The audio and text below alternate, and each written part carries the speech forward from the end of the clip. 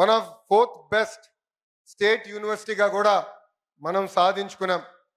But I will be happy as an education minister only when Andhra university is among the top 3 universities in India and among the top 100 in the world.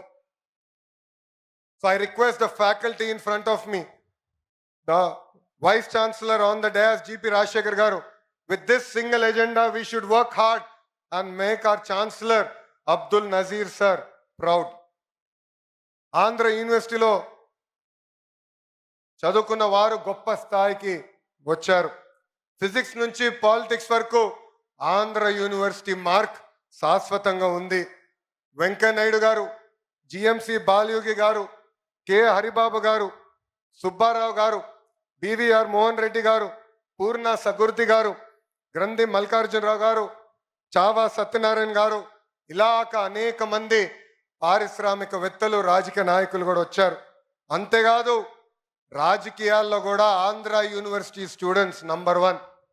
ఎందుకంటే గాజువాక శాసనసభ్యులు పల్లా శ్రీనివాస్ గారు కూడా Andhra university product. Their rise is not merely by chance. It is by commitment, struggle, sacrifice and unwavering determination.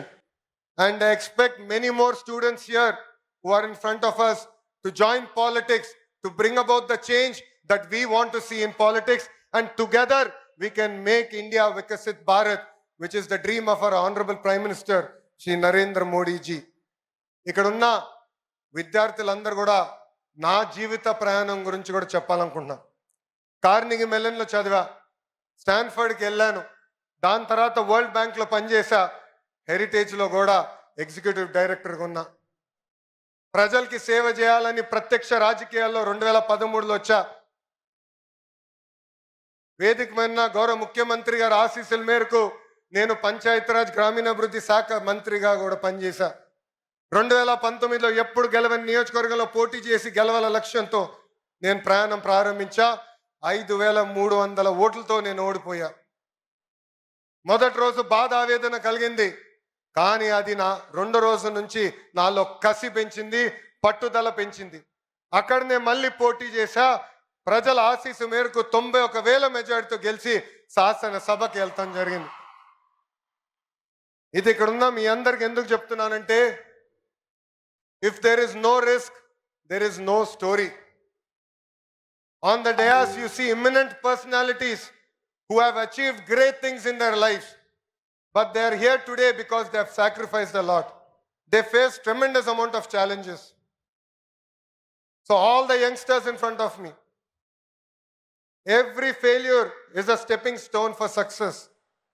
I have redefined fail. It is our first attempt in learning. We should take this in spirit. It should build fire in our belly, and we should go achieve what we want to achieve in our lives.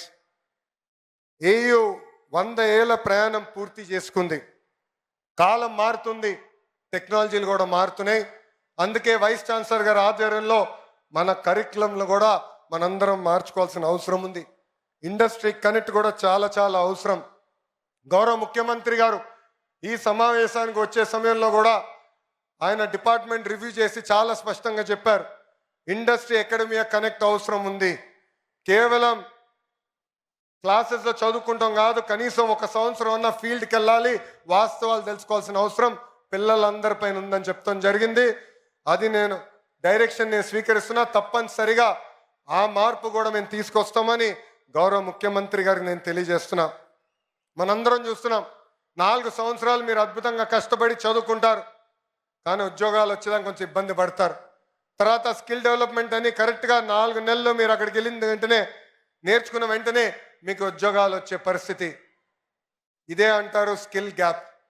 దీనికి full stop పెట్టాల్సిన బాధ్యత మా అందరిపైన ఉంది. దానికి మేము అహర్నిశలు కష్టపడతామని ఈ సభాముఖ పిల్లలందరికీ మేము తెలియజేస్తున్నాం. అతి చిన్న వయసులో నన్ను విద్యాశాఖ మార్చులుగా గౌరవ ముఖ్యమంత్రి గారు నియమించారు. నేను విద్యాశాఖ మంత్రి అవుతున్నానంటే చాలా మంది నాకు చెప్పారు, అది కఠినమైన పోర్ట్ఫోలియో మీకు అవసరమా అని. అందుకే కావాలి, భారతదేశ చరిత్ర తిరిగి రాయాలంటే మా పిల్లలే తిరిగి రాయగలుగుతారు. అందుకే ఈ ఛాలెంజ్ని నేను స్వీకరిస్తున్నానని చెప్తాను జరిగింది. ఇంకా మార్పులు తీసుకురావాలి, నిధులు కేటాయించాలి. కేవలం ఇన్ఫ్రాస్ట్రక్చరే కాదు, పర్మనెంట్ ఫ్యాకల్టీ కూడా ఏర్పాటు చేయాల్సిన అవసరం ఉంది. గౌరవ ముఖ్యమంత్రి గారు నాకు చెప్పారు, పెండింగ్లో ఉన్న అన్ని పోస్టులు యుద్ధ ప్రాతిపదికంగా భర్తీ చేయాలని ఈ సభాముఖ హామీ ఇస్తున్న. రాబోయే సంవత్సరంలో భర్తీ చేసి మళ్ళీ మీకు కంపడతామని ఈ సభాముఖంగా గౌరవ ముఖ్యమంత్రి గారు కూడా తెలియజేస్తున్నాం. భారతదేశంలో హైయర్ ఎడ్యుకేషన్ పైన ఎక్కువ శ్రద్ధ పెట్టాలని గౌరవ ప్రధానమంత్రి శ్రీ నరేంద్ర మోడీ గారు చెప్తున్నారు. రీసెర్చ్ని పెద్ద ఎత్తున ప్రోత్సహించాల్సిన అవసరం ఉంది. ఒక్కొక్క యూనివర్సిటీ ఒక సబ్జెక్ట్ మీద స్పెషలైజ్ అయితేనే ఎకో సిస్టమ్ మొత్తం ఏర్పడడానికి అవకాశాలు ఉంటాయని కూడా మనందరికీ తెలిసిన విషయమే. ఉత్తరాంధ్ర ఆంధ్ర రాష్ట్రానికి ఒక ఎకనామిక్ ఇంజిన్గా మారబోతుంది. రేపు గూగుల్కి డేటా సెంటర్కి మనం శంకుస్థాపన వేయబోతున్నాం. ఈ గడిచిన 6 నెలల్లో ఆర్సిల్లర్ మిత్తల్ ప్రాజెక్ట్ ఇక్కడ ప్రారంభించాం.